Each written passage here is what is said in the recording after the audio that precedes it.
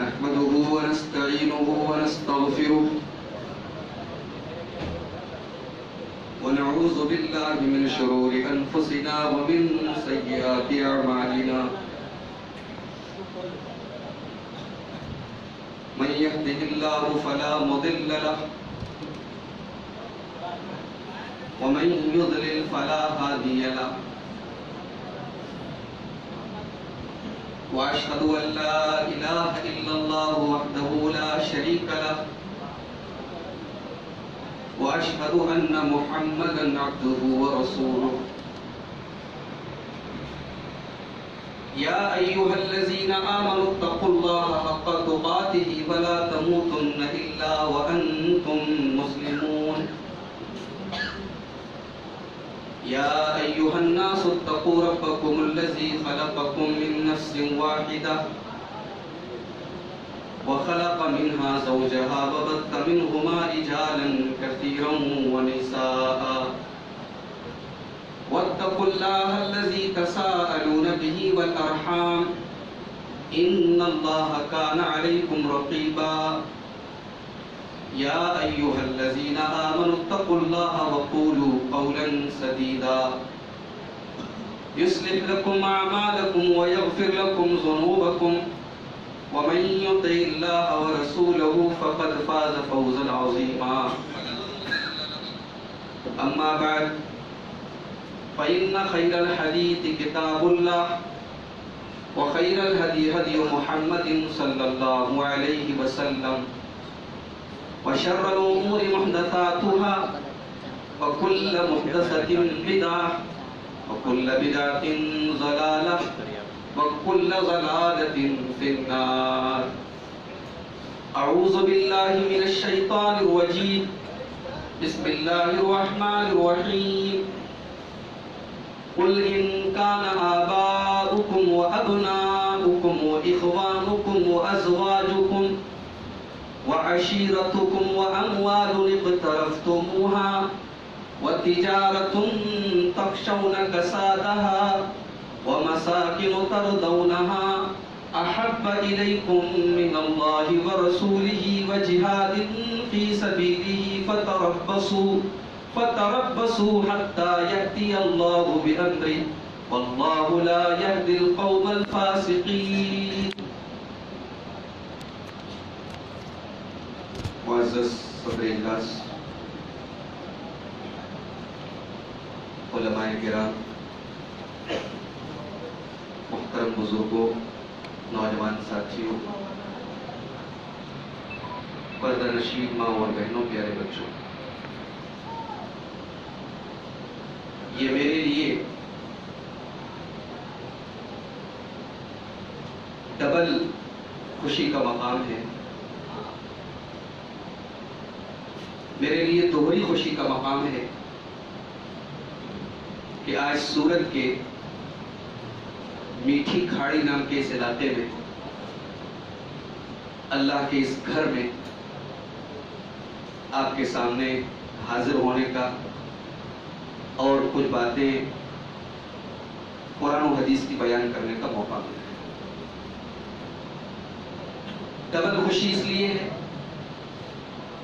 کہ مجھے معلوم ہے کہ اس علاقے میں میرے شہر بنارس کی ایک اچھی خاصی تعداد آباد ہے، بلکہ اگر اس علاقے سے گزرا جائے، لوگوں کی بات چیت کو سنا جائے تو ایسا لگتا ہی نہیں ہے کہ ہم سورت میں ہیں، بلکہ بات چیت اور ماحول اور کپڑا اور لوگوں کا چہرہ دیکھ کر ایسا لگتا ہے کہ ہم بنارس کی کسی سڑک پر ٹہل رہے ہیں۔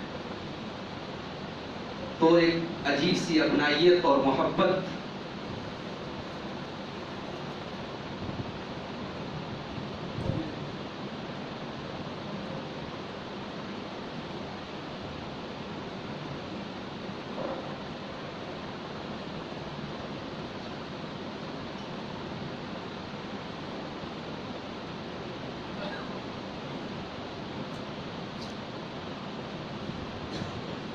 ایک عجیب سی اپنائیت اور محبت میں یہاں محسوس کر رہا ہوں، اور انتہائی خوشی کا مقام ہے اور اللہ تبارک و تعالیٰ کی اس توفیق پر ہم جتنا بھی شکر ادا کریں کم ہے کہ آج اس نے اس مسجد میں، جو بہت پرانی مسجد نہیں ہے اور ہمارے چند بزرگوں کی محنتوں اور قربانیوں سے اس مسجد کی تعمیر ہوئی ہے، اللہ تعالیٰ ان بزرگوں کی جو اس دنیا میں نہیں ہیں ان کی مغفرت فرمائے، جو باحیات ہیں ان کی عمر میں برکت دے، اور اللہ آج کی ہم سب کی اس حاضری کو ہمارے نامہ اعمال میں، ہماری نیکیوں میں لکھ دے، اور ہم سب کو کہنے اور سننے سے زیادہ عمل کی توفیق نصیب فرمائے۔ میرے بھائیوں، دنیا میں انسان بہت ساری چیزوں سے محبت کرتا ہے، مختلف رشتوں سے انسان بنا ہوا ہے۔ انسان کسی کا بیٹا ہے، کسی کا باپ ہے، کسی کا شوہر ہے، کسی کا داماد ہے۔ یہ جو رشتے ناتے ہوتے ہیں، ان کے درمیان جب تک محبت نہ ہو یہ رشتے نہیں چل سکتے۔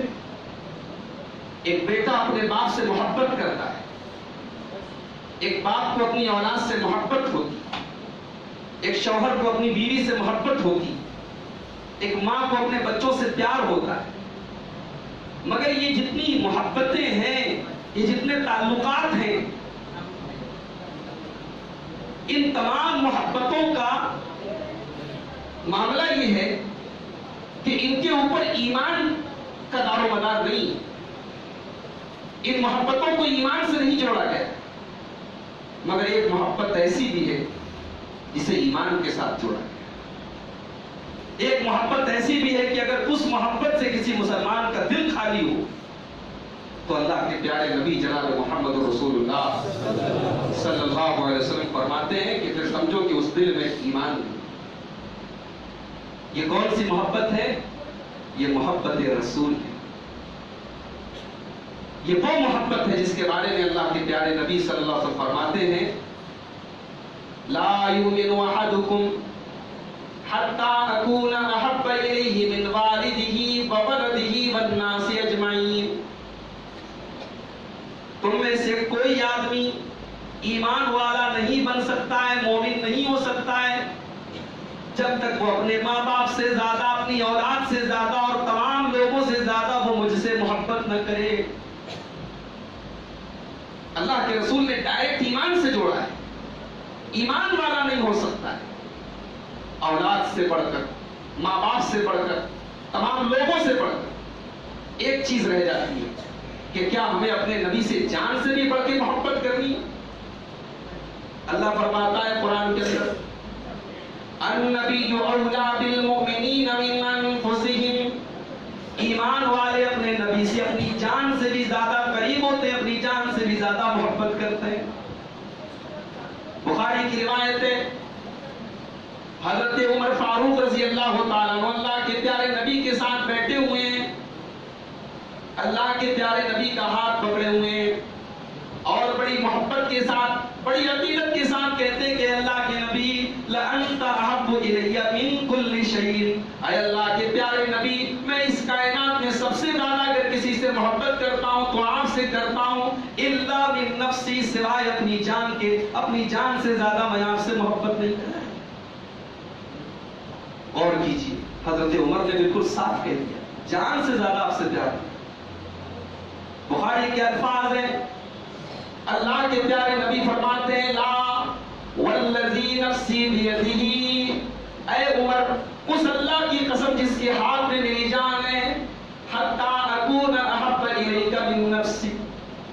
اے عمر، جب تک تم اپنی جان سے بھی زیادہ، اپنی جان سے بھی بڑھ کر تم مجھ سے محبت نہیں کرو گے، تمہارا ایمان مکمل نہیں ہو سکتا، تم ایمان والے نہیں بن سکتے۔ حضرت عمر نے فوراً رجوع کر لیا اور فرمایا، فَإِنَّهُ الْآنَ وَاللَّهِ لَأَنْتَ أَحَبُّ إِلَيَّ مِن نَفْسِي۔ اے اللہ کے پیارے نبی، اللہ کی قسم کھا کر کے کہتا ہوں کہ آج کے بعد، اب کے بعد میں اپنی جان سے زیادہ آپ سے محبت کرتا ہوں۔ پیارے نبی نے فرمایا، بخاری کے الفاظ ہیں، آپ نے فرمایا، الآن یا عمر، اے عمر، اب جا کر تمہارا ایمان مکمل ہوا، اب جا کر کے تم مکمل ایمان والے ہوئے۔ اب جا کر کے تم مکمل ایمان والے ہوئے۔ اب جا کر کے تم مکمل ایمان والے ہوئے۔ اب جا کر کے تم مکمل ایمان والے ہوئے۔ اب جا کر کے تم مکمل ایمان والے ہوئے۔ یہ نبی سے محبت کا مقام ہے کہ اپنی جان سے بڑھ کر جب نبی سے محبت نہ کی جائے تب تک ایمان مکمل نہیں۔ اچھا ایک بات بتاؤ، دنیا میں ہم جب کسی سے محبت کرتے ہیں اس کی وجہ کیا ہو؟ ایک بچہ اپنے ماں باپ سے پیار کرتا ہے، محبت کرتا ہے، ان کا ادب کرتا ہے، ان کا احترام کرتا ہے، کیوں؟ کیونکہ ماں کے اس کے اوپر بڑے احسانات ہوتے ہیں، باپ کے اس کے اوپر بڑے احسانات ہوتے ہیں۔ ایک شاگرد، ایک اسٹوڈنٹ اپنے استاذ کی بڑی عزت اور رسپیکٹ کرتا ہے، کیوں؟ کیونکہ استاذ بڑی محنت سے اسے پڑھاتا ہے، اسے تعلیم دیتا ہے، اسے شکشا دیتا ہے۔ استاذ کا انسان اس لیے ادب کرتا ہے کیونکہ اس کے اوپر احسان۔ میرے پیارے بھائیوں، اگر ہم اپنے نبی سے پیار کرتے ہیں، اپنے نبی سے محبت کرتے ہیں، تو اس کی ایک وجہ یہ بھی ہے کہ ہمارے نبی کے ہمارے اوپر بے شمار احسانات ہیں۔ ہمارے نبی کے ہمارے اوپر اتنے احسانات ہیں کہ ہم گن نہیں سکتے، ہم شمار نہیں کر سکتے۔ اللہ تعالیٰ نے ہمیں وہ نبی دیا ہے، وہ رسول دیا ہے جو اس کائنات میں کسی اور قوم کو، کسی اور امت کو نہیں ملا ہے۔ اللہ فرماتا ہے لَقَدْ جَاءَكُمْ رَسُولٌ مِّنْ أَنفُسِكُمْ عَزِيزٌ عَلَيْهِ مَا عَنِتُّمْ، اے مسلمانوں ہم نے تمہیں وہ رسول دیا ہے، وہ نبی دیا ہے، حدیث علیکم جو تمہارے لیے جان چھڑکتے ہیں، عزیز علیہ ما عنتم وہ نبی تم سے اتنا پیار کرتے ہیں، اتنی محبت کرتے ہیں کہ تکلیف تمہیں پہنچے، درد تمہیں پہنچے اور احساس میرے نبی کو ہوتا ہے عزیز علیہ ما عنتم، وہ نبی اپنی جان سے زیادہ تم سے پیار کرتے، تم سے محبت کرتے۔ مسلم شریف کی حدیث ہے، اللہ کے پیارے نبی صلی اللہ علیہ وسلم رات کا ٹائم ہے، قرآن کی تلاوت کر رہے ہیں، قرآن کی تلاوت کرتے کرتے اللہ کے نبی سورہ ابراہیم کی تلاوت کرتے ہیں۔ ابراہیم علیہ السلام کی ایک دعا جو اللہ تعالیٰ نے نقل کی ہے، اس دعا کو اللہ کے پیارے نبی پڑھتے ہیں۔ ابراہیم علیہ السلام کیا دعا کر رہے ہیں؟ ابراہیم کہہ رہے ہیں اے اللہ رب انہن ضللن کثیرا من الناس، اے اللہ ان پتھر کے بتوں کی پوجا کرنے کی وجہ سے، ان کی عبادت کرنے کی وجہ سے تیرے بہت سارے بندے گمراہ ہو گئے، فمن تبعنی فانہ منی، اے اللہ جو میری اتباع کر رہا ہے، جو میری پیروی کر رہا ہے، وہ تو میرا امتی ہے، وہ تو میرا ماننے والا ہے، ومن عصانی فانک غفور رحیم، اور اے اللہ جو میرا نافرمان ہے، جو میری باتیں نہیں مان رہا ہے، تو اے اللہ تو غفور الرحیم ہے، تو اسے بھی معاف کر دے۔ یہ ابراہیم علیہ السلام کی دعا اللہ کے پیارے نبی پڑھتے ہیں۔ اس کے بعد حضرت عیسیٰ علیہ السلام کی دعا جو اللہ تعالیٰ نے سورہ مائدہ کے اندر بیان کی، اللہ کے پیارے نبی اس کی تلاوت کرتے ہیں۔ عیسیٰ علیہ السلام اللہ کی بارگاہ میں کیا دعا کر رہے ہیں؟ ان تعذبہم فانہم عبادک، اے اللہ اگر تو اپنے بندوں کو عذاب دے گا تو وہ تو تیرے بندے ہیں، تجھے پورا کنٹرول حاصل ہے، پورا اختیار حاصل ہے، وَإِن تَغْفِرْ لَهُمْ فَإِنَّكَ أَنْتَ الْعَزِيزُ الْحَكِيمُ، اور اے اللہ اگر تو معاف بھی کر دے گا، تو درگزر بھی کر دے گا، تو تیری حکومت میں کوئی کمی آنے والی نہیں ہے، تیری عزت میں، تیرے مقام میں، اے اللہ تیرے جلال میں کوئی کمی آنے والی نہیں ہے، تو غالب ہے، تو حکمت والا ہے۔ اللہ کے پیارے نبی صلی اللہ علیہ وسلم نے ان دونوں نبیوں کی دعاؤں کو پڑھا کہ عیسیٰ کو اپنی امت کی فکر ہے، ابراہیم کو اپنی امت کی فکر ہے۔ اللہ کے پیارے نبی اپنے دونوں ہاتھوں کو اٹھاتے ہیں۔ تو بڑے غور سے سنیے گا میرے بھائیوں کہ اس نبی کے ہمارے اوپر کتنے احسان ہیں۔ مسلم شریف کے الفاظ ہیں، اللہ کے پیارے نبی اپنے ہاتھوں کو اٹھاتے ہیں اور زار و قطار رونے لگتے ہیں اور کہتے ہیں اللہم امتی امتی وَإِخْوَانُكُمْ، اگر تم اپنے بھائیوں سے محبت کرتے ہو، وَأَزْوَاجُكُمْ، اگر تم اپنی بیویوں سے محبت کرتے ہو، وَعَشِيرَتُكُمْ، اگر تم اپنے خاندان، اپنی برادری، اپنے قبیلے سے محبت کرتے ہو، وَأَمْوَالٌ اقْتَرَفْتُمُوهَا، اگر تم اس مال سے، اس پیسے سے، اس دھن دولت سے محبت کرتے ہو جس کو تم کماتے ہو، وَتِجَارَةٌ تَخْشَوْنَ كَسَادَهَا، اگر تم اپنے دھندے سے، اپنے بزنس سے، اپنی تجارت سے محبت کرتے ہو جس تجارت کے بارے میں تمہیں ڈر لگا رہتا ہے کہ کہیں مندی نہ آ جائے، کہیں گھاٹا نہ ہو جائے، وَمَسَاكِنُ تَرْضَوْنَهَا، اور اگر تم اپنے گھر بار سے محبت کرتے ہو، جس گھر سے جس مکان سے تمہیں بڑی محبت ہے، 8 چیزوں کا نام لیا، میں پھر سے ریپیٹ کر رہا ہوں۔ باپ سے محبت کرتے ہو، اولاد سے محبت کرتے ہو، بھائی سے محبت کرتے ہو، بیوی سے محبت کرتے ہو، خاندان سے محبت کرتے ہو، مال و دولت سے محبت کرتے ہو، تجارت سے محبت کرتے ہو، اور اپنے گھر بار سے محبت کرتے ہو۔ ان 8 چیزوں کا اللہ نے نام دیا کہ اگر تم ان 8 چیزوں سے محبت کرتے ہو، اور یقیناً ہر آدمی کرتا ہے، ہر آدمی ان 8 چیزوں کی محبت سے گھرا ہوا ہے۔ اللہ فرماتا ہے میرے بندو ان 8 چیزوں سے اگر تم محبت کرتے ہو تو کوئی حرج نہیں ہے۔ تم اپنے ماں باپ سے محبت کرو، اپنی اولاد سے کرو، اپنی بیوی سے کرو، اپنے بچوں سے کرو، اپنے مال و دولت سے کرو، لیکن اللہ فرماتا ہے ان 8 چیزوں کی محبت اگر تمہارے دل میں اللہ سے زیادہ ہو جائے، رسول سے زیادہ ہو جائے، احب الیکم من اللہ ورسولہ وجہاد فی سبیلہ، اگر ان 8 چیزوں کی محبت اللہ سے زیادہ ہو جائے، رسول سے زیادہ ہو جائے، اور اللہ کی راہ میں قربانی دینے سے زیادہ ہو جائے، فتربصوا، تو اللہ فرماتا ہے کہ اے میرے نبی تم بتا دو ان کو کہ تم اللہ کے عذاب کا انتظار کرو، فتربصوا حتی یاتی اللہ بامرہ، تم اللہ کے عذاب کا انتظار کرو۔ یہ ہے کسوٹی محبت رسول۔ اگر ان 8 چیزوں کی محبت ہمارے دل میں اللہ اور اس کے رسول سے زیادہ ہے تو ہمارے اوپر اللہ کا عذاب آئے گا، ہمیں اللہ کے عذاب کا انتظار کرنا چاہیے۔ یہ قرآن کریم کی سورہ توبہ کی اس آیت کریمہ میں ہمیں اور آپ کو یہ سکتا۔ میرے پیارے بھائیوں، آج ہم میں سے ہر انسان اپنے گریبان میں جھانکے اور غور کرے، اپنی زندگی پر غور کرے۔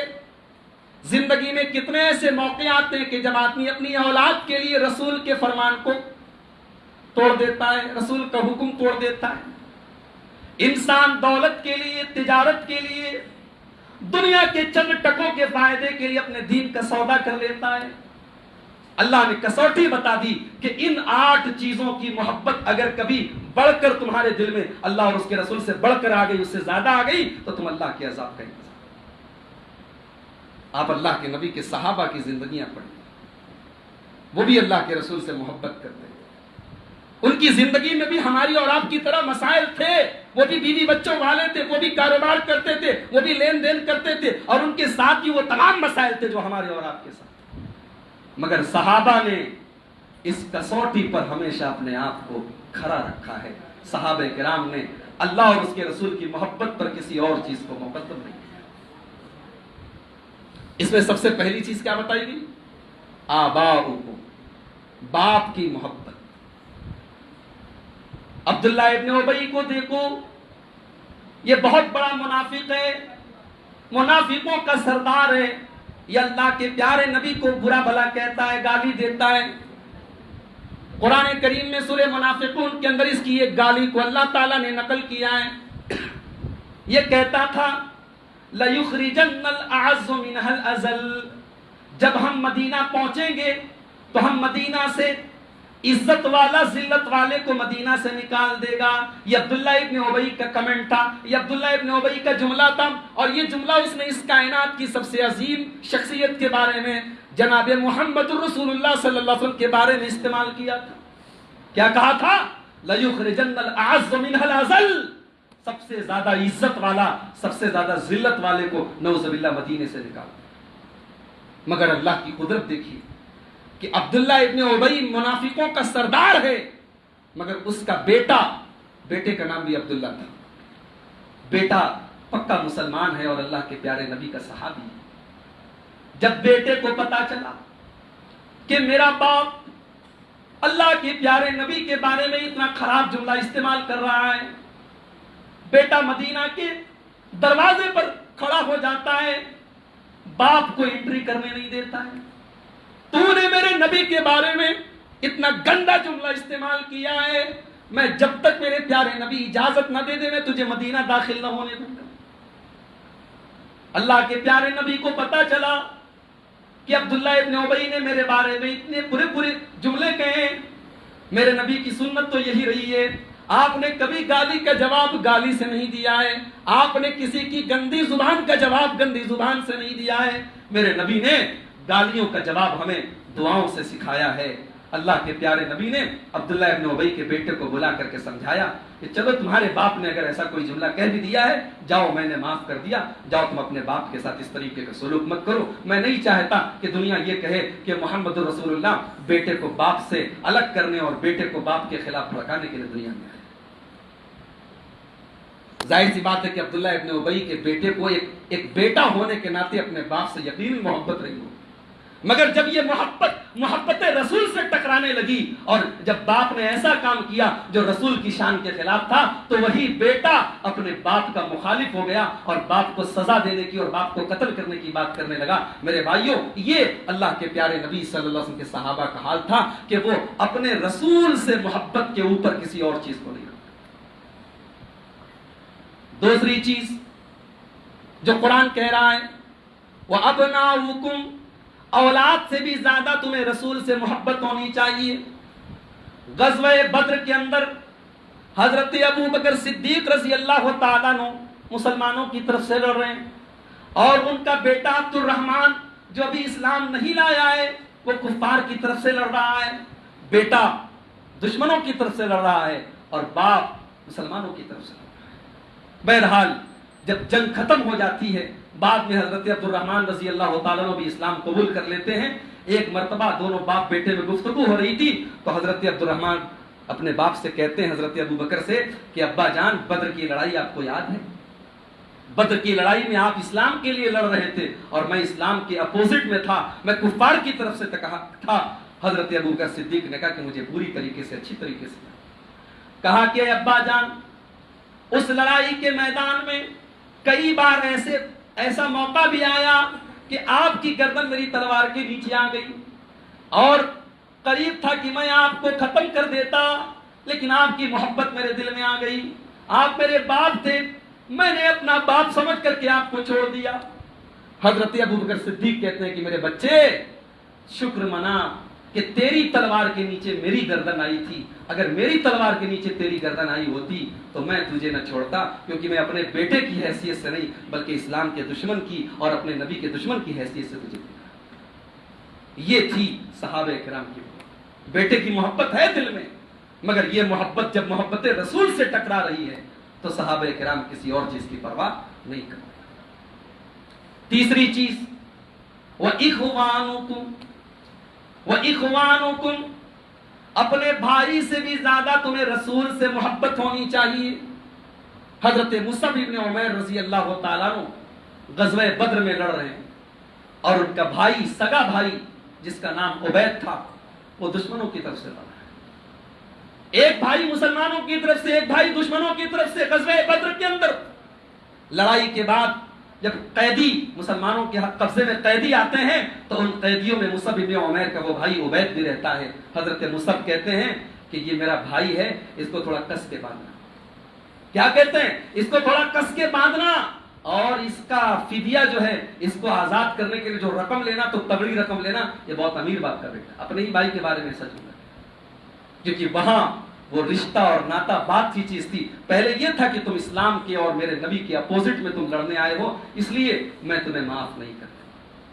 بھائی سے بھی زیادہ اللہ کے پیارے نبی صلی اللہ علیہ وسلم کی محبت صحابہ کرام کی۔ وَأَزْوَاجُكُمْ، اور اپنی بیویوں سے زیادہ، شوہر کو بیوی سے زیادہ، بیوی کو شوہر سے زیادہ۔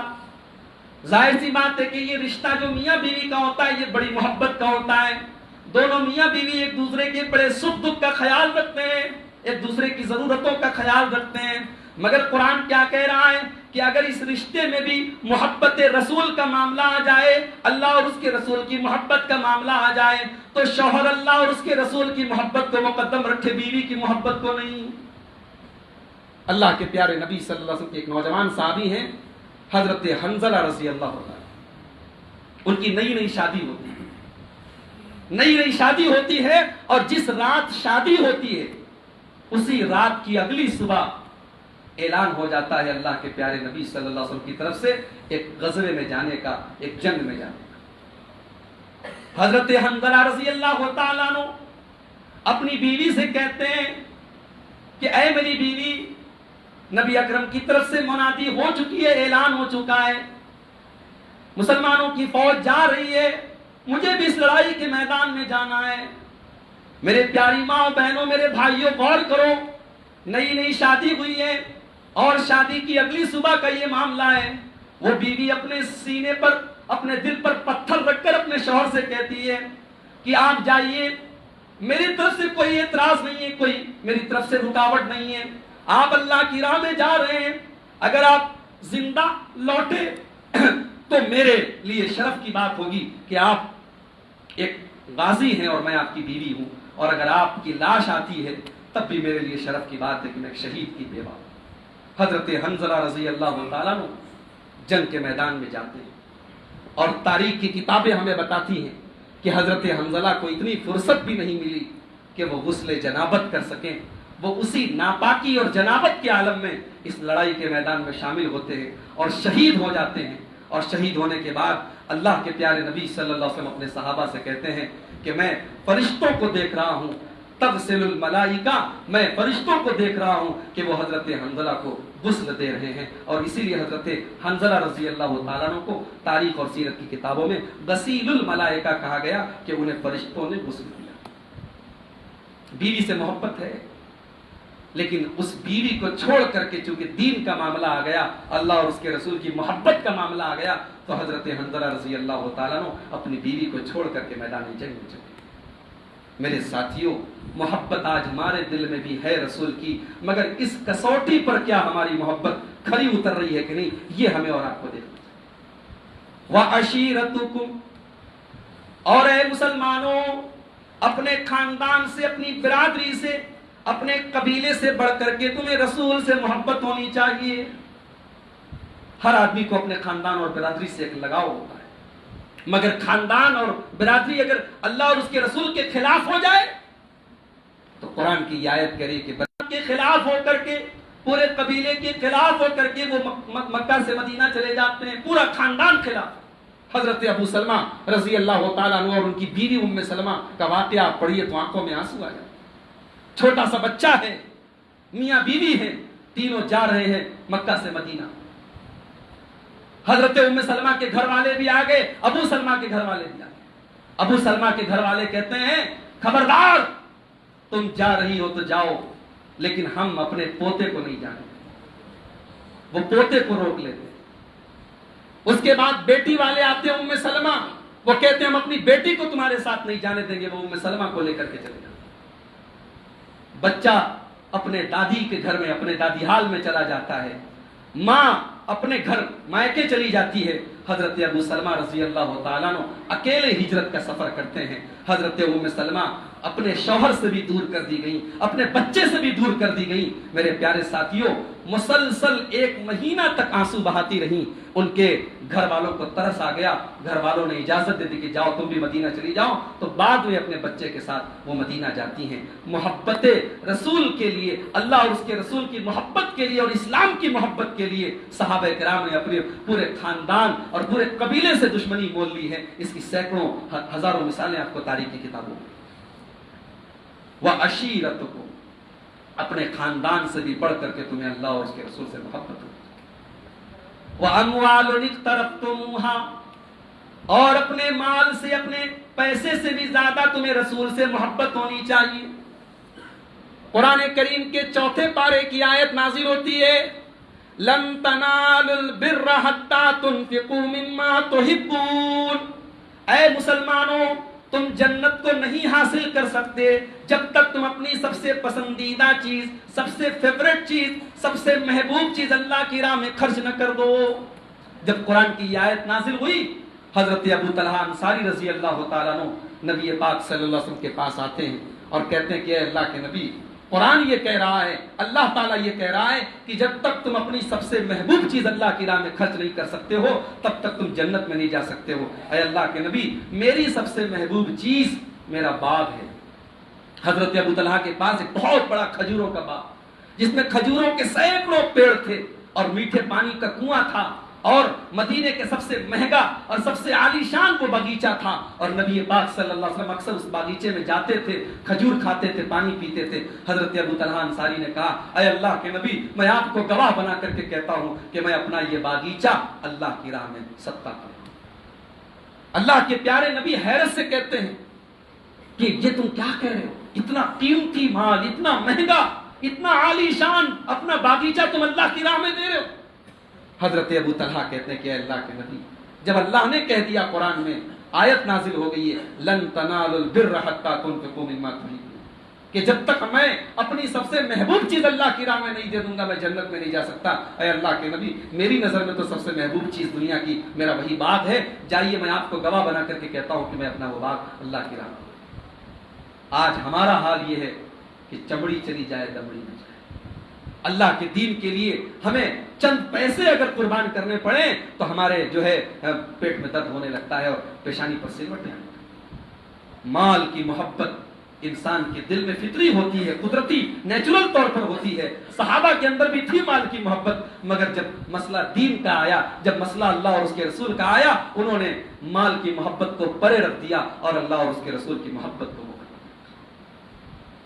مدینہ کے اندر ایک یتیم رہتا تھا، اور غور سے سنیے گا، مدینہ کے اندر ایک یتیم رہتا تھا، اس یتیم کا کھجوروں کا ایک باغ تھا، اور اس کے بازو میں، اس کے بغل میں ایک دوسرے آدمی کا کھجور کا باغ تھا، اور کھجوروں کے پیڑ بالکل قریب قریب میں تھے۔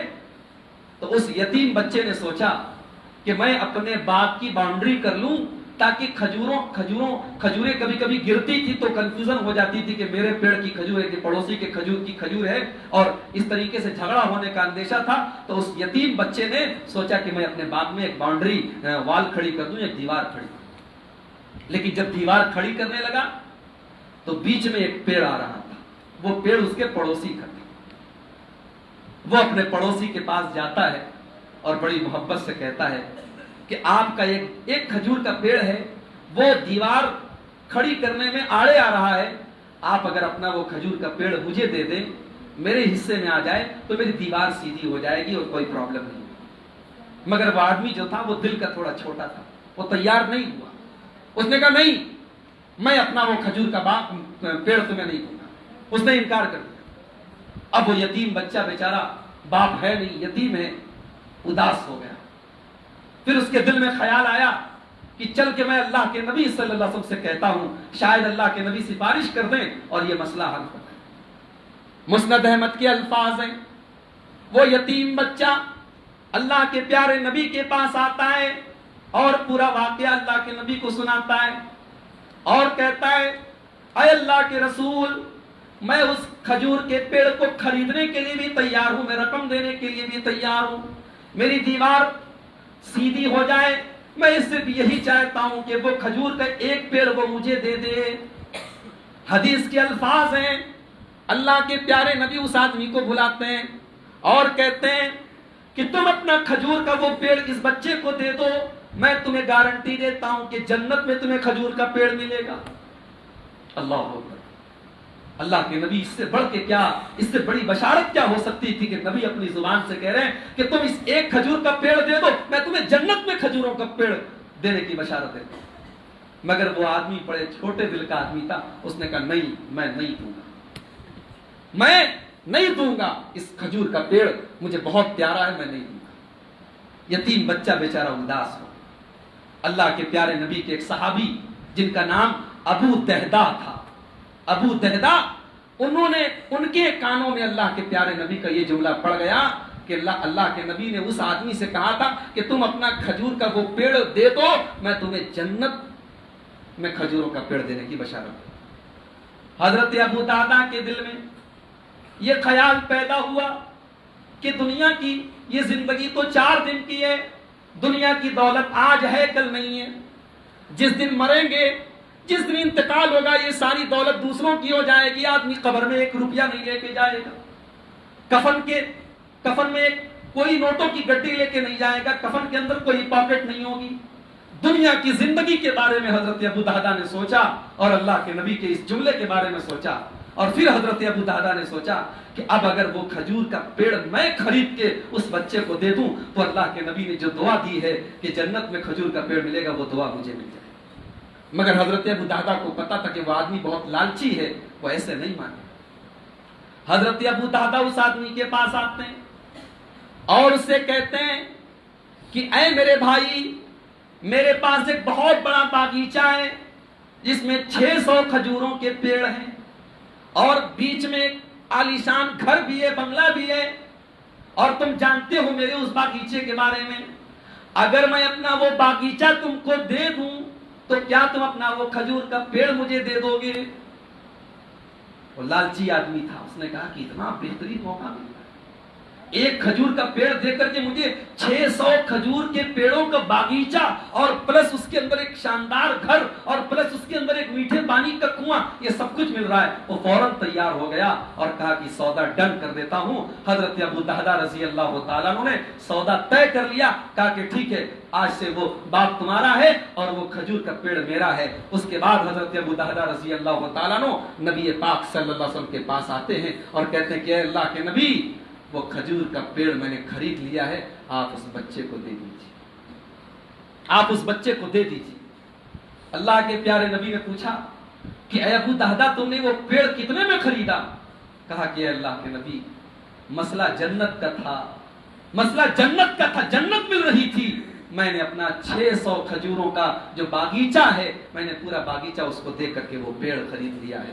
اللہ کے پیارے نبی صلی اللہ علیہ وسلم کی زبان سے فوراً یہ جملہ نکلا, کم من عزق رضاہ لابی الدہدا, اے ابو دہدا تو بڑا خوش نصیب ہے کہ تجھے کھجوروں کے بڑے بھاری بھرکم گچھے میں دیکھ رہا ہوں کہ جنت میں تجھے ملیں گے. اس کے بعد جو حدیث کے الفاظ ہیں, میری مائیں بہنیں بھی غور کریں کہ حضرت ابو دہدا رضی اللہ تعالیٰ عنہ اپنے اس باغیچے میں آتے ہیں اور دروازے سے کھڑے ہو کر کے اپنی بیوی کو آواز دیتے ہیں کہ اے ام دہدا اخرجی منہا, اس مکان سے نکل جا, اس باغیچے سے نکل جا.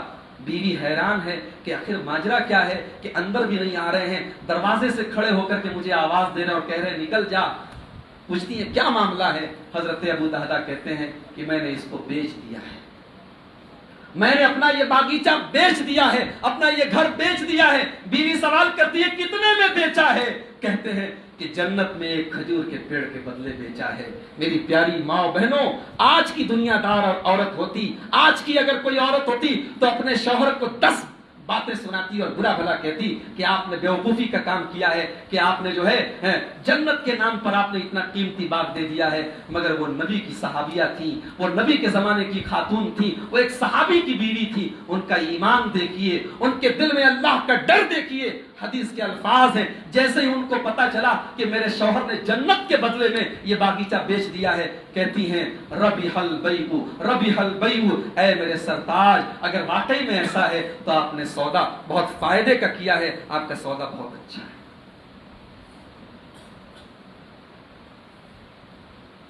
میرے پیارے ساتھیوں, مال سے محبت صحابہ کے دلوں میں بھی تھی, مگر یہ محبت جب اللہ اور اس کے رسول کی محبت سے ٹکراتی تھی تو صحابہ کرام نے مال کو کنارے رکھ دیا اور اللہ اور اس کے رسول کی محبت کو مقدم رکھا. نمبر 7, وَتِجَارَةٌ تَخْشَوْنَ كَسَادَهَا, اور اے ایمان والو تمہارے دل کے اندر اپنے بزنس اور کاروبار سے زیادہ, اپنی تجارت سے زیادہ اللہ اور اس کے رسول کی محبت ہونی چاہیے. گجرات کے اندر ماشاءاللہ کاروباری لوگ زیادہ ہیں. ابھی میں جمبو سر گیا تھا, احمد آباد گیا تھا, ہر جگہ میں نے دیکھا کہ یہاں زیادہ تر لوگوں کا مزاج جو ہے وہ کاروباری مزاج ہے. کاروباری جو آدمی ہوتا ہے وہ ہر چیز میں بہت ناپ تول کر کے کام کرتا ہے, اسے نفع نقصان کا بڑا احساس ہوتا ہے, اسے اپنے دھندے سے بڑی محبت ہوتی ہے, اپنے کاروبار سے بڑی محبت. صحابہ کرام بھی بزنس کرتے تھے, کاروبار کرتے تھے, مگر میرے ساتھیوں اللہ اور اس کے رسول کا معاملہ آتا تھا تو اپنا پورا کاروبار بھی قربان کرتے. مدینہ کے اندر قحط پڑا, مدینہ کے اندر سوکھا پڑا, اناج کے دانے دانے کو لوگ ترس گئے, مدینہ کے اندر اناج کی زبردست قلت ہو گئی. عثمان غنی رضی اللہ تعالیٰ عنہ جو اللہ کے نبی کے بڑے جلیل القدر سامی ہیں, ان کا اناج کا بھرا ہوا قافلہ ملک شام سے آتا ہے, پورا مدینہ خالی ہے, پورے مدینہ کی منڈی خالی ہے. عثمان غنی کا اناج سے بھرا اونٹوں کا قافلہ مدینہ کے گیٹ پر آ جاتا ہے. مدینہ کی انٹری ہوتی ہے جہاں سے قافلوں کی، وہاں آ جاتا ہے. مدینہ کے بزنس مین اور تاجروں کو پتا چلا کہ عثمان غنی کے اناج کا قافلہ آیا ہے. تمام تاجر دوڑے دوڑے عثمان غنی کے پاس. اے عثمان، ہمیں پتا چلا ہے کہ اناج کا تمہارا قافلہ اونٹوں کا آیا ہے ملک شام سے. اے عثمان، تم یہ اناج ہمیں بیچ دو، ہم تمہیں اچھا منافع دیں گے. سارے تاجر جانتے تھے کہ مدینہ میں اناج کی زبردست کمی ہے، بہت اچھا منافع ملے گا. کہا عثمان تم یہ اناج ہمیں دے دو، ہم تمہیں 10 کا 12 دیں گے. تم جو اناج 10 کا لائے ہو ہم 12 کا خرید لیں گے. عثمان غنی کہتے ہیں معاف کرنا میرے ساتھیوں، مجھے اس سے زیادہ مل رہا ہے، مجھے اس سے زیادہ منافع مل رہا ہے. کہا کہ چلو اچھا ایک کام کرتے ہیں، ہم تمہیں 10 کا 15 دے دیں.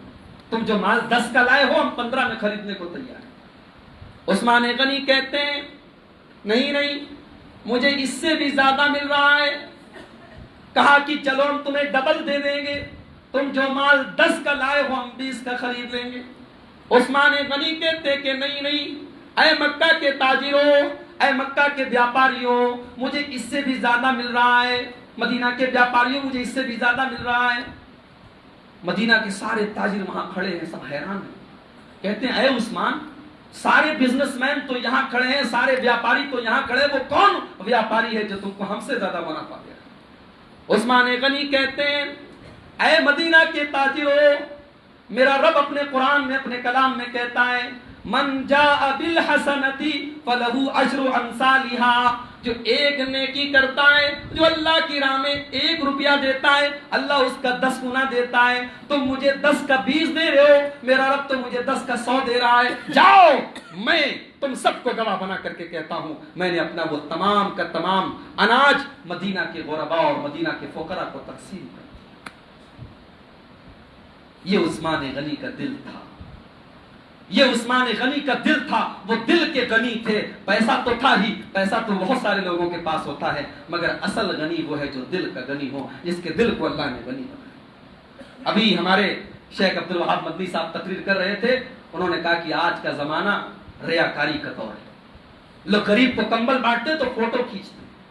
پہلے کہاوت چلتی تھی نیکی کر دریا میں ڈال، اب کہاوت بدل گئی، اب نیکی کر فیس بک پر ڈال، اب نیکی کر واٹس ایپ پر ڈال. غریبوں کو کھانا دے رہے ہیں، فوٹو کھینچ رہے ہیں. غریبوں کو کمبل بانٹ رہے ہیں، فوٹو کھینچ رہے ہیں. کسی گھر میں اناج دے رہے ہیں، اس کا فوٹو کھینچ رہے ہیں. میرے پیارے ساتھیوں، آج اخلاص کا تو جنازہ نکل گیا ہے سماج میں. قرآن اللہ کے پیارے نبی کہتے ہیں کہ کل قیامت کے دن جب سورج 1 میل کی دوری پر ہوگا، اللہ تبارک و تعالیٰ اپنے کچھ بندوں کو اپنے عرش کا سایہ دے گا. اس میں ایک وہ آدمی بھی ہوگا. اللہ کے پیارے نبی کہتے ہیں وَرَجُلٌ تَصَدَّقَ بِصَدَقَةٍ فَأَخْفَاهَا حَتَّى لَا تَعْلَمَ شِمَالُهُ مَا تُنْفِقُ يَمِينُهُ. کہ آدمی اللہ کی راہ میں اتنا چپکے سے صدقہ کرے کہ بائیں ہاتھ کو بھی پتہ نہ چلے کہ دائیں ہاتھ میں کیا خرچ کرے. جاڑے کا موسم ہے، ایک امیر آدمی اپنی کار سے اترتا ہے اور ایک غریب آدمی کو کمبل اڑا کے، جو بیچارہ سردی میں ٹھٹر رہا ہے، کانپ رہا ہے، اس کو کمبل اڑا کے چلا جاتا ہے. اس غریب کو پتا نہیں کہ مجھے کمبل کس نے اڑایا، اور اس امیر کو پتا نہیں کہ میں نے کس کو کمبل اڑایا، اور اس کی مدد بھی ہو گئی. یہ ہوتی ہے میرے بھائیوں غریب اور فقیر کی مدد. اور قرآن نے اسی کو، قرآن کریم کے 29ویں پارے میں اللہ نے اسی کو بیان کیا. جنت اتنی آسانی سے ملنے والی نہیں ہے میرے بھائیوں. جنت کس کو ملے گی؟ اللہ نے فرمایا وَيُطْعِمُونَ الطَّعَامَ عَلَىٰ حُبِّهِ مِسْكِينًا وَيَتِيمًا وَأَسِيرًا. میرے جنتی بندے وہ ہیں جو یتیم کو کھانا کھلاتے ہیں، جو غریب کو کھانا کھلاتے ہیں، جو مجبور اور بے بس کو کھانا کھلاتے ہیں، اور کھانا کھلا کر کے فوٹو نہیں کھینچتے. انما نطعمکم لوجہ اللہ لا نرید منکم جزاء ولا شکورا. وہ غریبوں کی مدد کر کے کھانا کھلا کر کے کہتے ہیں کہ ہمیں کوئی شکریہ نہیں چاہیے، ہمیں تمہارا کوئی بدلہ نہیں چاہیے. انما ہم نے تم کو جو کھانا کھلایا ہے وہ اللہ کے لیے، اللہ کو راضی کرنے کے لیے کھلایا ہے. اللہ کے نبی کے ایک نواسے سیدنا حسین رضی اللہ تعالیٰ عنہ، ان کے بیٹے تھے علی ابن حسین. نبی کے نواسے کے بیٹے یعنی اللہ کے رسول کے پر نواسے جو اللہ کے نبی کے اہل بیت سے تعلق رکھتے ہیں۔ جب حضرت علی ابن حسین کا جن کو زین العابدین کہا جاتا ہے جب ان کا انتقال ہوتا ہے تاریخ کی کتابیں ہمیں بتاتی ہیں کہ جب ان کو نہلایا جانے لگا جب ان کو غسل دیا جانے لگا تو ان کی پیٹھ پر بوری کے موٹے موٹے نشان پائے گئے بوری کے موٹے موٹے نشان ان کی پیٹھ پر پائے گئے۔ ان نشانوں کو جب نہلانے کے ٹائم جب دیکھا گیا تب ایک راز کھل گیا۔ راز کیا تھا کہ مدینہ کی کچھ غریب پریواروں کے گھر میں کچھ غریب فیملی کے گھر میں مہینے کی پہلی تاریخ کو اللہ کا کوئی بندہ رات کو اناج کی بوری لے کر جاتا تھا اور پہنچا کر کے چلا آتا تھا۔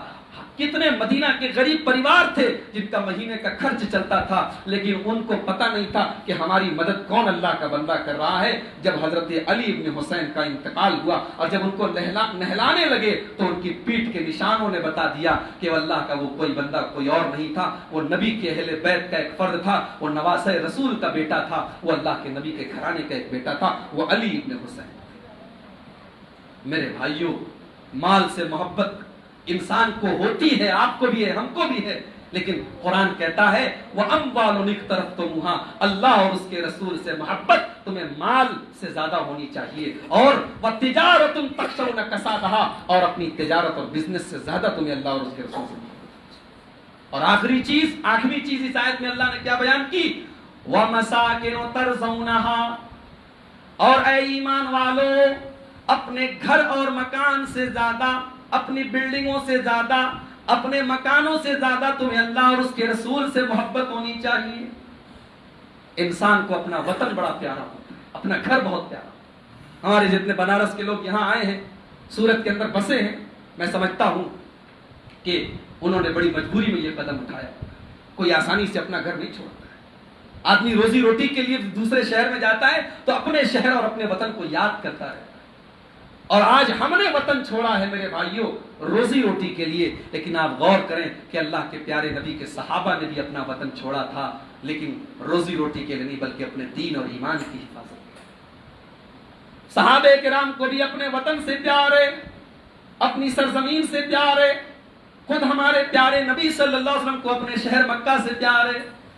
ترمذی کے الفاظ ہیں، اللہ کے پیارے نبی جب مکہ چھوڑ کر جا رہے ہیں اور آپ نے اپنی آخری نظریں مکہ کے اوپر ڈالی ہیں تو آپ کیا کہتے ہیں؟ واللہ انکی لأحب البلاد الی، اے مکہ اللہ کی قسم آج بھی میں تجھ سے بہت محبت کرتا ہوں، ساری زمین پر سب سے پیاری سرزمین تو ہے، لیکن اے مکہ میں مجبوری میں تجھے چھوڑ کے جا رہا ہوں، آج مکہ کے اندر میرا جینا دوبر کر دیا گیا ہے۔ وطن سے محبت ہے، اپنے گھر سے محبت ہے، مگر صحابہ نے دین کے لیے، ایمان کے لیے، اللہ اور اس کے رسول کے لیے اپنا گھر، وطن، گھر بار، لاکھوں کروڑوں کی پراپرٹی سب چھوڑ دی۔ اللہ کے پیارے نبی کے ایک صحابی تھے حضرت صہیب رومی رضی اللہ عنہ، یہ بیچارے چھوٹے سے تھے، مکہ میں آئے تھے، غلام تھے، لیکن دھندا کیا، بزنس کیا، کاروبار کیا، اللہ نے بہت پیسہ دیا، ترقی دی اور بہت پیسے والے ہوئے۔ یہ اللہ کے نبی کے اوپر ایمان لاتے ہیں، بہت پیسے والے۔ جب ہجرت کرنے کی بات آتی ہے، جب مکہ سے مدینہ جانے کی بات آتی ہے، حضرت صہیب رضی اللہ تعالیٰ عنہ اپنا سارا پیسہ اور مال اور اپنی جتنا کیش زیور وغیرہ ان کے پاس تھا سب لے کر کے جانے لگے۔ مکہ والوں نے راستہ روک دیا، کہا کہاں جا رہے ہو؟ کہا کہ مدینہ جا رہے ہو۔ کہا کہ اے صہیب اتیتنا سولوکن، تم بچپن میں ہمارے پاس آئے تھے، تمہارے پاس پھوٹی کوڑی نہیں تھی، غریب تھے، فقیر تھے، آج تمہیں دولت ملی ہے تو تم ساری دولت لے کر کے مدینہ جا رہے ہو، خبردار ہم تمہیں 1 روپیہ لے کر کے مدینہ جانے نہیں دیں گے، تمہیں خالی ہاتھ جانا پڑے گا۔ حضرت صہیب رضی اللہ تعالیٰ عنہ کہتے ہیں کہ اچھا یہ بتاؤ کہ اگر میں یہ سارا مال تمہیں دے دوں تو کیا تم مجھے جانے دو گے؟ کہا کہ ہاں تب جانے دو۔ حضرت صہیب رضی اللہ تعالیٰ عنہ نے اپنا کروڑوں کا مال ان مکہ کے اسلام کے ان دشمنوں کو دے دیا اور خالی ہاتھ مدینہ چل پڑے۔ محبت تھی میرے بھائیوں اپنے گھر سے، اپنے وطن سے، اپنے مال سے، اپنی پراپرٹی سے، مگر جب مسئلہ ایمان کا آیا، جب مسئلہ اللہ اور اس کے رسول کی محبت کا آیا تو انہوں نے اپنی اس مال کی محبت کو قربان کر۔ میرے نوجوان ساتھیوں، آج آپ سے میں پوچھنا چاہتا ہوں کہ آپ کو اگر اپنے رسول سے محبت ہے تو آپ کے چہروں پر نبی کی سنت کیوں نہیں ہے؟ آپ کے چہرے نبی کی سنت داڑھی سے محروم کیوں ہیں؟ آپ نمازوں سے دور کیوں ہیں؟ آج مسجدوں میں فجر کی نماز میں آپ کی تعداد کیوں نظر نہیں آتی؟ رات کو 2 بجے تک آپ موبائلوں میں لگے ہیں، آپ فیس بک پر لگے ہیں، آپ واٹس ایپ پر چیٹنگ میں لگے ہیں، آپ بے حیائی کے کاموں میں لگے ہیں، مگر آپ نظر نہیں آتے ہیں تو مسجدوں میں نظر نہیں آتے۔ کہاں ہے آپ کے دلوں میں اللہ کے رسول کی؟ اللہ کے نبی فرماتے ہیں قیامت کے دن اللہ تعالی 7 خوش نصیب بندوں کو اپنے عرش کا سایہ دے گا، اس میں ایک وہ نوجوان بھی ہوگا وَشَابٌ نَشَا فِي عِبَادَةِ اللَّهِ، وہ نوجوان جس کی نوجوانی اللہ کی عبادت میں گزری ہوگی۔ میرے نوجوان ساتھیوں، اللہ کی قسم، آپ کی جوانی کی عبادت کی جو ویلو ہے، آپ کی جوانی کی عبادت کی جو اہمیت ہے، وہ ایک بڑھاپے کی عمر میں آنے کے بعد جو عبادت ہوتی ہے اس کی وہ ویلو نہیں ہے۔ اللہ کو جوانوں کے سجدے بہت پسند ہے، جوانی کی عبادت اللہ کو پسند ہے۔ حضرت مصعب ابن عمیر کو دیکھو، یہ مکے کا کروڑ پتی باپ کا بیٹا ہے، اور آج کے زمانے کے حساب سے اگر میں بات کروں تو حضرت مصعب ابن عمیر بہت فیشنیبل نوجوان، بہت فیشن، صبح کو الگ کپڑا پہنتے ہیں، شام کو الگ کپڑا پہنتے ہیں، جو خوشبو لگاتے ہیں پورے مکہ میں وہ خوشبو لگانے والا کوئی نہیں۔ ان کا جوتا یمن سے آتا تھا، ان کا کپڑا حضرموت سے آتا تھا، بڑے فیشنیبل اور بڑے اسمارٹ اور ہینڈسم نوجوان۔ جب یہ کپڑا پہن کے خوشبو لگا کے مکہ کی گلیوں میں چلتے تھے تو مکہ کی عورتیں کہتی تھی کہ ایک نوجوان یہاں کی گلی سے گزرا ہے، اتنے خوبصورت تھے اور اتنے فیشنیبل تھے۔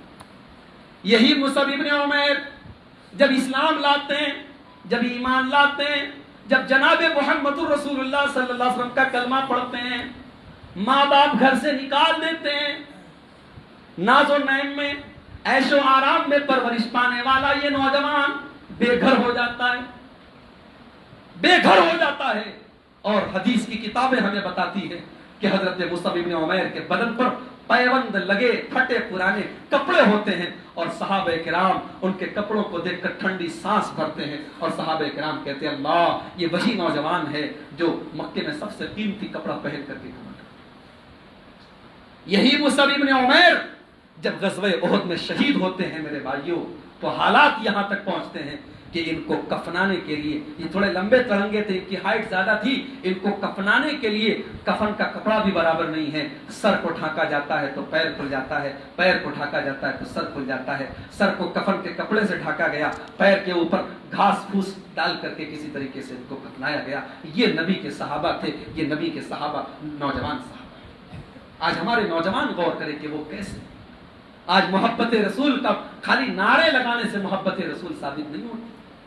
محبت رسول کے نام پر ہم کچھ بھی کر لیں، جب تک ہم اپنے رسول کی شریعت کو فالو نہیں کریں گے، جب تک اپنے رسول کی اتباع نہیں کریں گے، تب تک میرے بھائیوں محبت رسول کے دعوے میں ہم سچے نہیں۔ اللہ کے نبی کے ایک نوجوان صحابی تھے، ان کا نام تھا خریم الاسدی۔ حضرت خریم الاسدی نوجوان صحابی تھے، ان کے بال تھوڑے لمبے لمبے تھے اور کپڑا ان کا ٹخنے کے نیچے تھا۔ بہت غور سے سنیے میرے نوجوان ساتھی، آپ کے لیے میسج دے رہا ہوں۔ آج ہمارے بہت سارے نوجوان لڑکے میں دیکھتا ہوں بال بنوانے جب جاتے ہیں سیلون میں تو کہتے ہیں کہ ہم کو وہ والا بال ہم کو بنوا دیں، 150 200 300 400 روپیہ دے کر کے بندر بھالو کی طرح بال بنوا کے آتے ہیں۔ ایسا ایسا بال، یہاں سے بال نکلا ہوا ہے، یہاں سے کٹا ہوا ہے۔ اللہ کی قسم، ایسے بال کو حدیث میں لعنت کی گئی ہے کہ اگر کسی طرف کا بال چھوڑ دیا جائے اور دوسری طرف کا بال کاٹا جائے، ایسے بال کے کاٹنے کو حدیث میں قضا کہا گیا ہے، اور قضا سے اللہ کے نبی نے منع کیا اور لعنت کی۔ ہاں آپ بال کٹوائیے، لیکن اب یہ کیا کہ پیچھے جو ہے وہ ٹکلا بنا ہوا ہے، بیچ میں بال نکلا ہوا ہے، بالکل بندروں کے جیسا۔ اچھا، اب اس کے بعد ہمارے بہت سارے نوجوانوں کو میں نے دیکھا کہ وہ کان بھی چھدوائے ہوئے، کان بھی چھدوائے ہوئے ہیں، بالی بھی پہنے ہوئے ہیں۔ ارے بھائی، اللہ نے آپ کو مرد بنایا ہے، اللہ نے آپ کو مرد بنایا ہے، آپ عورتوں والے کام کیوں کریں؟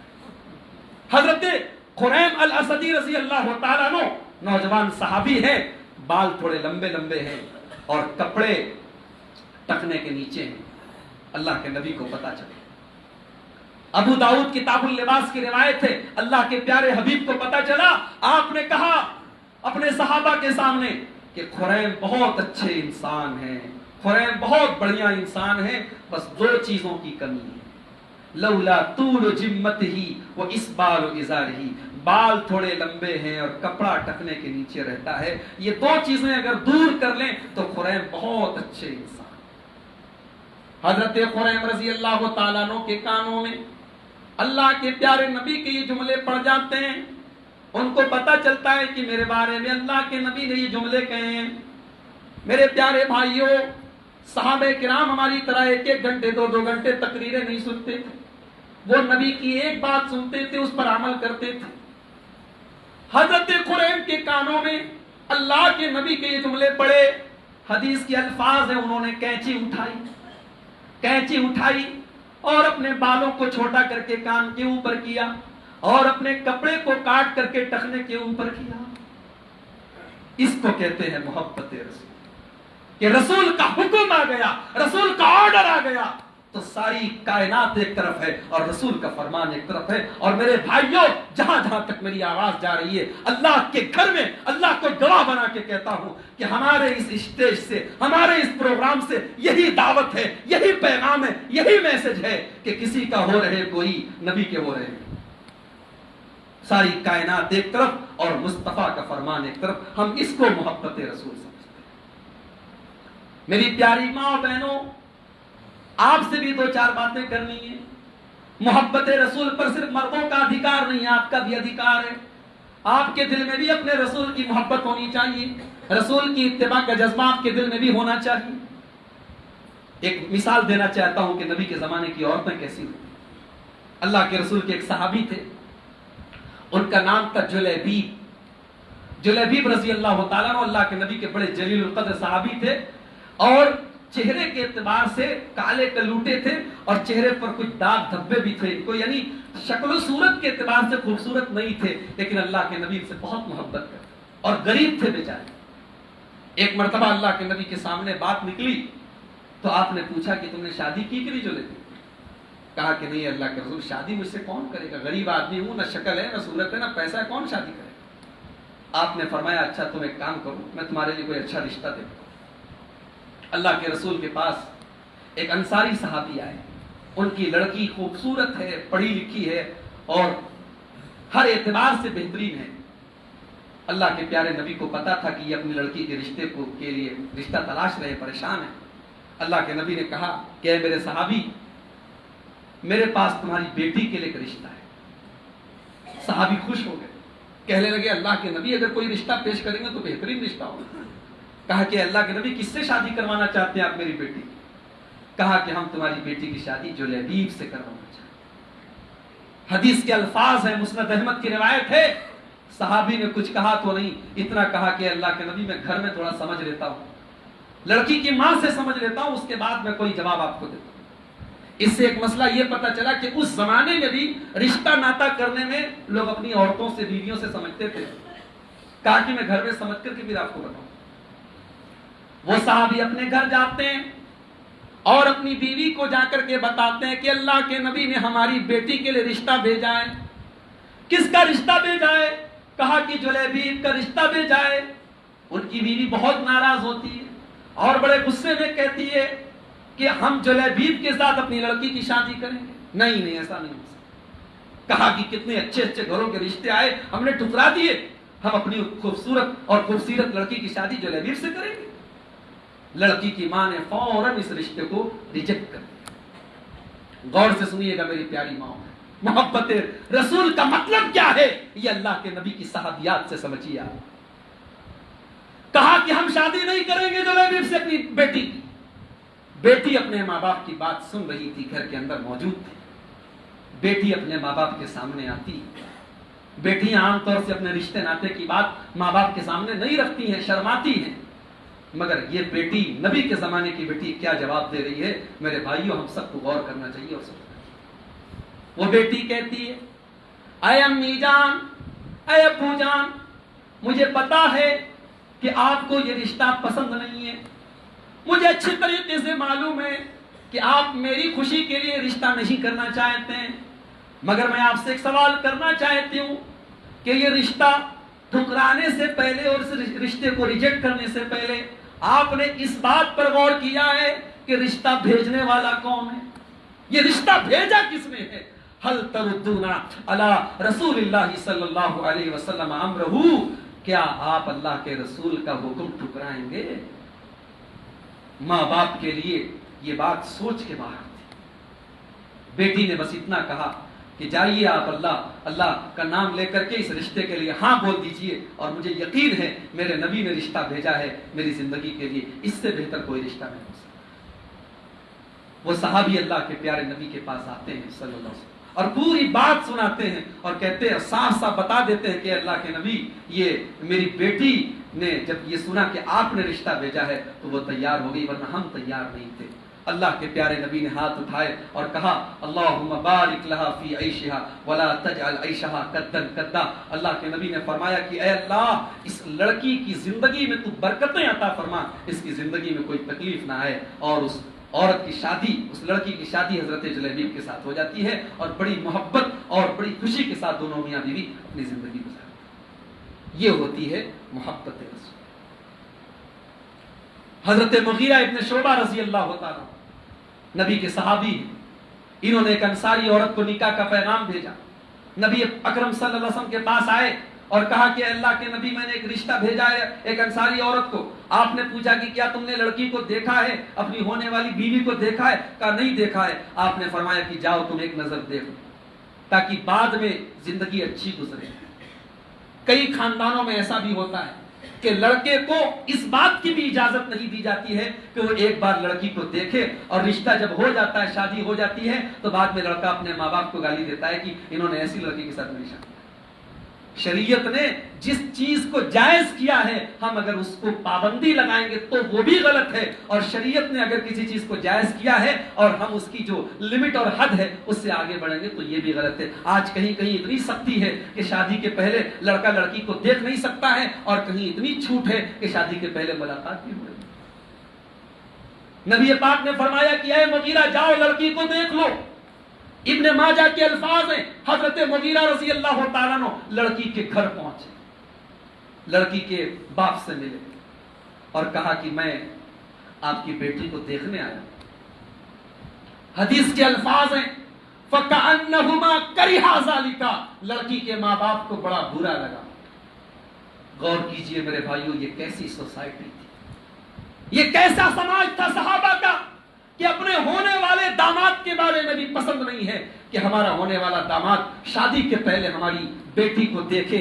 آج ہم جس سماج میں زندگی گزار رہے ہیں، یہ بے حیائی اور بے پردگی اور بے شرمی کا ماحول ہے۔ یہاں حالات یہ ہیں کہ بیٹا باپ جو ہے اپنی بیٹی کو بائک پر بٹھا کر کے پورے مارکیٹ کی سیر کراتا ہے، شوہر اپنی بیوی کو لے کر کے پورے پارکوں اور شاپنگ مال میں گھومتا ہے، اور بھائی اپنے بہن کے حسن و جمال کا پورے شہر میں نظارہ کرواتا ہے۔ یہ دیوسیت ہے، یہ بے حیائی ہے، یہ بے غیرتی ہے۔ صحابہ کرام کی سوسائٹی میں یہ نہیں تھی۔ لڑکی کے ماں باپ کو برا لگا کہ یہ شادی کے پہلے ہماری لڑکی کو دیکھنے کی بات ہے۔ حدیث کے الفاظ ہیں، لڑکی کے ماں باپ کو برا لگا، لیکن لڑکی کو پتا چلا کہ یہ نوجوان آیا ہے اور مجھے دیکھنا چاہتا ہے، اور یہ بھی کہہ رہا ہے کہ مجھے اللہ کے پیارے نبی نے بھیجا ہے۔ لڑکی کہتی ہے، اے نوجوان، اے میرے ہونے والے شوہر، میں تجھے اللہ کا واسطہ دیتی ہوں کہ اگر واقعی میں تجھے اللہ کے رسول نے بھیجا ہے تو چونکہ یہ میرے نبی کا حکم ہے اور میں اپنے نبی کا حکم نہیں توڑ سکتی، لہذا تو مجھے دیکھ لے۔ یہ میرے نبی کا فرمان ہے، میں اپنے نبی کا فرمان نہیں توڑ سکتی، تو مجھے دیکھ لے۔ اور اگر تو جھوٹ بول رہا ہے، تو بہانہ کر رہا ہے، تیرا مقصد صرف مجھے دیکھنا ہے، تو میں اللہ کا واسطہ دے کر کے کہتی ہوں ایسا کام مت کر۔ حضرت مغیرہ ابن شعبہ نے کہا نہیں، مجھے واقعی میں اللہ کے پیارے نبی نے بھیجا ہے۔ چنانچہ انہوں نے اس لڑکی کو دیکھا، پسند کیا، شادی ہوئی، اور بڑی محبت کے ساتھ اور بڑی خوش اسلوبی کے ساتھ یہ رشتہ آگے بڑھا۔ میری پیاری ماں بہنوں، یہ نبی کے زمانے کی عورتیں تھیں۔ آج آپ دیکھ لیں، بنارس سے میں آیا ہوں، بنارس چھوٹا شہر ہے، سورت کافی بڑا ہے، آپ کے بغل میں بمبئی ہے، آپ بمبئی جا کر دیکھ لیں۔ آج مسلمانوں کی بات میں کر رہا ہوں، غیر قوموں کی بات ہم اس لیے نہیں کریں گے کہ وہ ہماری شریعت کے پابند نہیں ہیں، لیکن آج مسلمانوں کی عورتیں، ہمارے اور آپ کے گھروں کی عورتیں آج بازار میں بے پردہ نظر آ رہی ہیں، بازاروں میں مسلمانوں کی عورتیں بے پردہ نظر آ رہی ہیں اور بے حیائی کی تمام حدیں پار ہیں۔ میرے پیارے ساتھیوں، نبی کے زمانے میں پردے کا یہ عالم تھا کہ ابو داؤد کی روایت ہے، اللہ کے پیارے نبی صلی اللہ علیہ وسلم مسجد سے نکل رہے ہیں اور نبی کے زمانے میں آپ جانتے ہیں کہ مردوں کے ساتھ ساتھ عورتیں بھی نماز پڑھتی تھی، مرد حضرات بھی نکل رہے ہیں، عورتیں بھی نکل رہی ہیں۔ اللہ کے نبی نے دیکھا کہ مرد اور عورت دونوں ساتھ ساتھ نکل رہے ہیں اور اختلاط کا ڈر ہے، مرد اور عورت کے مجمع کے ملنے کا ڈر ہے۔ اللہ کے نبی کا چہرہ غصے سے لال ہو گیا۔ آپ نے فرمایا، اے عورتوں، استاخرنا، کنارے ہٹو، فَإِنَّ لَيْسَ لَكُنَّ أَن تَحْقُقْنَ الطَّرِيقَ، اے عورتوں تم بیچ میں سے نہ چلو، اے عورتوں یہ تمہارا کام نہیں ہے کہ تم مردوں کے بیچ میں سے چلو، علیکن بحافات الطریق، تم کنارے سے چلو۔ نبی نے فرمایا تم کنارے سے چلو۔ وہ کیسی صحابیات تھی، انہیں نبی کی بات کا کتنا لحاظ تھا، وہ نبی کی کیسی اتباع کرتی تھی میری پیاری ماں بہنوں، کہ نبی نے اتنا کہہ دیا کہ کنارے سے چلو۔ حدیث کے الفاظ ہیں، فَكَانَتِ الْمَرْأَةُ تَلْتَصِقُ بِالْجِدَارِ، یہ سننا تھا نبی کی زبان سے کہ عورتیں اس دن کے بعد سے اتنا کنارے سے چلنے لگی کہ کبھی کبھی ان کے کپڑے دیواروں میں پھنس جایا کرتے تھے، دیوار کے کنارے سے چپک کے جایا کرتے۔ یہ نبی کے زمانے کی عورت، ان کے اندر شرم و حیا تھی، ان کے اندر پردہ تھا۔ آج ہماری پڑھی لکھی عورتیں کہتی ہیں، ارے مولوی صاحب پردہ تو دل کا ہوتا ہے، دل صاف ہونا چاہیے، نظر کا پردہ کوئی ضروری نہیں ہے، عورت پردے میں ہے اور تب بھی غلط کام کر سکتی ہے، لہذا پردہ وردہ کوئی چیز نہیں ہے، دل صاف ہونا چاہیے۔ نہیں میرے بھائیوں، نہیں میری ماں، اس دنیا میں ہمارا جو ایمان اور عقیدہ ہے کہ اللہ کے رسول کے بعد اور نبیوں کے بعد سب سے نیک لوگ اگر کوئی گزرے ہیں تو نبی کے صحابہ گزرے ہیں، لیکن اللہ نے اپنے رسول کے صحابہ سے بھی کہا ہے کہ جب تم نبی کے گھر میں آؤ تو پردے کی آڑ سے نبی کی بیویوں سے کچھ مانگنا ہے، پردے کی آڑ سے مانگو۔ فَاسْأَلُوهُنَّ مِن وَرَاءِ حِجَابٍ، اللہ نے فرمایا اے میرے نبی کے صحابہ، جب تم نبی کے گھر پہ جاؤ اور نبی کی عورتوں سے، جبکہ نبی کی عورتیں صحابہ کی کیا ہیں، بولو بھائی، ماں ہیں، پورے اہل ایمان کی ماں کا درجہ ان کو حاصل ہے، مگر اللہ نے قرآن میں کہا کہ جب تم ان سے بھی کوئی چیز مانگنے جاؤ تو پردے کی آڑ سے مانگو، ذالکم اطہر لقلوبکم وقلوبہن، اسی میں تمہارے دل کی صفائی ہے، اسی میں ان کے دل کی صفائی ہے۔ پتہ یہ چلا کہ دل تب صاف ہوگا جب پردہ ہوگا، جب پردہ نہیں ہوگا تو دل صاف ہونے کا کوئی مطلب نہیں۔ ارے اسلام تو وہ دین ہے، اسلام تو وہ شریعت ہے جو یہ کہتی ہے کہ عورت اگر مسجد میں بھی آتی ہے، جمعہ کی نماز پڑھنے کے لیے آتی ہے، تقریر سننے کے لیے آتی ہے، اللہ کے پیارے نبی صلی اللہ علیہ وسلم نے فرمایا کہ عورت خوشبو لگا کر کے مسجد میں نہ جائے، عورت خوشبو لگا کر کے مسجد میں نہ جائے۔ اگر کوئی عورت خوشبو لگا کر کے مسجد میں جاتی ہے، اللہ کے پیارے نبی نے فرمایا لا تقبل صلاتها، جب تک وہ غسل کر کے اپنے بدن سے خوشبو ختم نہ کر دے تب تک اس کی ایک ٹائم کی نماز قبول نہیں۔ آج حالات میری پیاری ماں بہنوں، میرے ساتھیوں، آج بیان کرنے کے بعد میں وہ حدیث اکثر اپنی تقریروں میں سناتا ہوں، آج مجھے حکم بھی ملا کہ عورتیں بہت زیادہ آئی ہیں، میں آج وہ حدیث ایک بار پھر آپ کو سنانا چاہتا ہوں۔ ہماری مائیں بہنیں بہت غور سے سنیں، نبی کی جب حدیث سنائی جائے تو ہمیں اور آپ کو ایک ایک لفظ پر غور کرنا چاہیے اور یہ سوچ کر کے سننا چاہیے کہ یہ پیارے نبی کے الفاظ ہیں اور اس کا ایک ایک لفظ پر حق ہے۔ اللہ کے پیارے نبی فرماتے ہیں صنفان من اہل النار لم ارہما، میری امت کے اندر دو قسم کے لوگ ایسے ہوں گے جو جہنم میں جائیں گے، لم ارہما، اور ان کو میں نے ابھی نہیں دیکھا ہے، یعنی وہ بعد کے دور میں آئیں گے، وہ قیامت کے قریب آئیں گے۔ کون کون سے دو قسم کے لوگ ہوں گے؟ فرمایا قوم معہم سیات کاذناب البقر یضربون بها الناس، نمبر ایک ایسے لوگ آئیں گے جن کے ہاتھ میں گائے کی دم کی طرح کوڑے ہوں گے اور وہ کوڑوں سے لوگوں کو ماریں گے، اتیاچار کریں گے، ظلم کریں گے، اپنے پاور کا غلط استعمال کریں گے۔ آج آپ حالات دیکھ لیں دنیا میں، جہاں بھی ظالم ظلم کر رہا ہے، جہاں بھی ظالم لوگوں پر اتیاچار کر رہا ہے، وہ یاد رکھے اللہ کے یہاں اللہ نے اپنے ظالم بندوں کی رسی کو ڈھیل دیا ہے۔ جب اللہ ٹائٹ کرے گا تو ظالم بچنے والا نہیں، ایسے ظالم لوگ آئیں گے جو لوگوں پر ظلم اور اتیاچار کریں گے. اللہ کے پیارے نبی فرماتے ہیں کہ ایسے لوگ جہنم میں جائیں. وَنِسَاءٌ كَاسِيَاتٌ عَارِيَاتٌ مُمِيلَاتٌ مَائِلَاتٌ. اور اللہ کے پیارے نبی صلی اللہ علیہ وسلم فرماتے ہیں کہ ایسی عورتیں بھی جہنم میں جائیں گی جو کپڑا پہننے کے باوجود ننگی ہوں گی. کپڑا پہننے کے باوجود ننگی ہوں گی. میں سمجھتا ہوں کہ اس سے بہترین الفاظ نہیں ہو سکتے آج کے زمانے کی عورتوں کے کپڑوں کے. عورت نے کپڑے پہنے ہیں لیکن کپڑا اتنا چست اور ٹائٹ ہے کہ بدن سارا نظر آ رہا ہے, یا کپڑا اتنا ٹرانسپیرنٹ ہے, اتنا باریک ہے. اور افسوس تو یہ ہے کہ مسلمانوں کے گھروں میں بھی ایسے کپڑے پہنے جا رہے ہیں. شادی بیاہ کے موقعوں پر ایسے کپڑے آج ہمارے اور آپ کے گھروں میں پہنے جا رہے ہیں. وَنِسَاءٌ كَاسِيَاتٌ عَارِيَاتٌ. وہ عورتیں کپڑا پہننے کے باوجود ننگی ہوں. ممیلاتن. وہ غیر مردوں کو اپنی طرف آکرشت کریں گی, اٹریکٹ کریں گی, مائل کریں گی. مائلات. اور جب وہ عورتیں چلیں گی تو ان کے چلنے کا انداز بھی غلط عورتوں کی طرح ہوگا. ان کے چلنے کے انداز میں بھی بے حیائی ہوگی. اللہ اکبر. عورت کی شرم و حیا کا اندازہ اس کی چال سے بھی ہوگا. اسی لیے قرآن کریم میں حضرت شعیب کی بیٹیوں کا تذکرہ آتا ہے, جہاں موسیٰ علیہ السلام کا واقعہ بیان کیا گیا ہے کہ شعیب علیہ السلام کی لڑکی چل رہی تھی تو قرآن کہتا ہے تمشی علی استحیاء. وہ شرم و حیا کے ساتھ چل رہی. عورت کی چال کے اندر بھی شرم و حیا. نبی اکرم نے فرمایا کہ ایسی عورتیں جن کی چال بھی بے حیا ہوگی, جن کا کپڑا بھی بے حیا عورتوں کی طرح ہوگا, آپ نے فرمایا لا يدخلن الجنہ. وہ جنت میں نہیں جا پائیں گی. میری پیاری ماں بہنوں, آج آپ گھر کی ذمہ دار ہیں. آج ایک ماں کی ذمہ داری ہے کہ وہ اپنی بیٹی کے کپڑوں کا بھی دھیان رکھے. آج اگر کسی ماں کو پتا چلے کہ اس کی بیٹی کا ایکسیڈنٹ ہو گیا ہے, بیٹی کے کمرے میں آگ لگ گئی ہے, ماں دیر نہیں کرے گی, ماں جلدی سے دوڑے گی, باپ جلدی سے دوڑے گا, اپنے بچے کو اپنی بچی کو بچائے گا.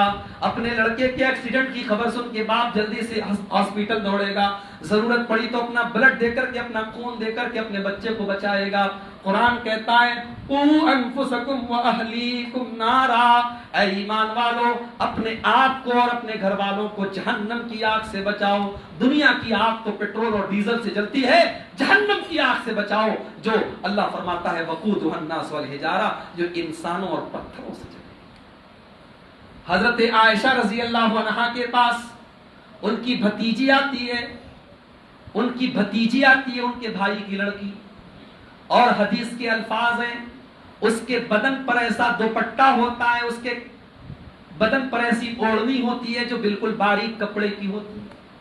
حضرت عائشہ اپنی بھتیجی کی اوڑھنی کو پکڑ کر کے پھاڑ دیتی ہیں اور کہتی ہیں اما تعلمینا, کیا تجھے پتا نہیں ہے کہ عورت کو کیسے کپڑے پہننے چاہیے؟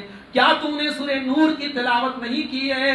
کیا تو نے سورہ نور کو نہیں پڑھا ہے؟ کیا تجھے پتا نہیں ہے کہ عورت کا کپڑا کیسا ہونا چاہیے؟ میں آج کے اس پروگرام میں جتنی ہماری مائیں بہنیں آئی ہیں, میں سب سے ایک ریکویسٹ کرنا چاہتا ہوں کہ کبھی موقع ملے, فرصت ملے تو فرصت نکالیے, موقع نکالیے اور تھوڑا تھوڑا کر کے سورہ نور کی تلاوت کر دیجئے, اس کا معنی اور مطلب سمجھ کر. عورتوں کے لیے سورہ نور کے اندر میرے بھائیوں بہت نصیحتیں ہیں اور بڑی ضروری باتیں بیان کی. حضرت عائشہ اپنی بھتیجی سے کہتی کہ کیا تجھے پتا نہیں کہ سورہ نور کے اندر اللہ نے کیا فرمایا؟ اے میری بھتیجی, تو ایسا دوپٹہ پہن رہی ہے. اس کو سمجھانے نہیں گئی, دوپٹے کو پھاڑ دیا اور دوسرا دوپٹہ لا کر کے دیا جو موٹے کپڑے کا تھا, جو تھوڑا دبیس کپڑے.